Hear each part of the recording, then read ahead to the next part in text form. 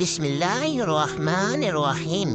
شروع اللہ کے نام سے جو بڑا مہربان نہایت رحم کرنے والا ہے۔ السلام علیکم ورحمۃ اللہ وبرکاتہ۔ غرور کا انجام۔ ایک سچا واقعہ۔ بنی اسرائیل میں ایک شخص تھا جو بہت بڑا ہی نیک عابد اور زاہد تھا۔ سب لوگوں میں اس کی بڑی عزت تھی۔ لوگوں میں اس کی نیکی اور پارسائی کا بڑا ہی چرچا تھا۔ اسی علاقے میں ایک شخص اور تھا، لوگ اسے بہت برا انسان سمجھتے تھے۔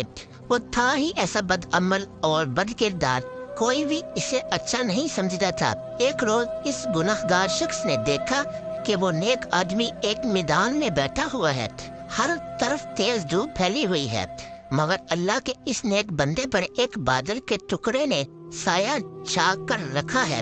گناہ گار نے یہ منظر دیکھا تو اپنے ہی دل میں بڑا شرمسار ہوا اور یہ خیال پیدا ہوا کہ اس چل چلاتی دھوپ میں جہاں دور دور تک سایہ نہیں ہے، بادل کے ایک ٹکڑے نے صرف اس لیے اس پر سایہ کر رکھا ہے کہ یہ اللہ کا نیک بندہ ہے، کیوں نہ میں بھی اس کے ساتھ بیٹھ جاؤں، کیا خبر کہ اس کی برکت سے اللہ تعالیٰ مجھے بخش دے اور میری خطاؤں کو معاف فرما دے۔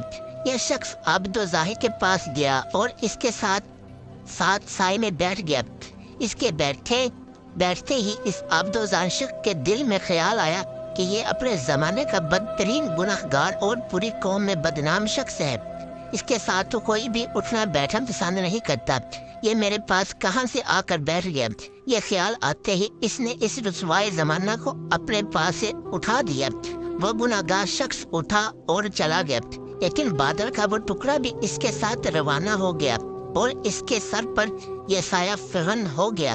اس وقت پیغمبر کو وحی آئی کہ ان دونوں سے کہہ دو نئے سرے سے اپنے اپنے اعمال کی ابتدا کریں، کیونکہ اس فاسق و فاجر نے جو کچھ کیا، ہم نے اس کے خلوص حسن نیت اور جذبہ شرمساری کے سبب اسے بخش دیا اور اس کی پچھلی ساری خطائیں معاف کر دی، جبکہ اس عابد کی تمام نیکی اور اچھے اعمال اس کے تکبر کی وجہ سے اس سے چھین لی گئی۔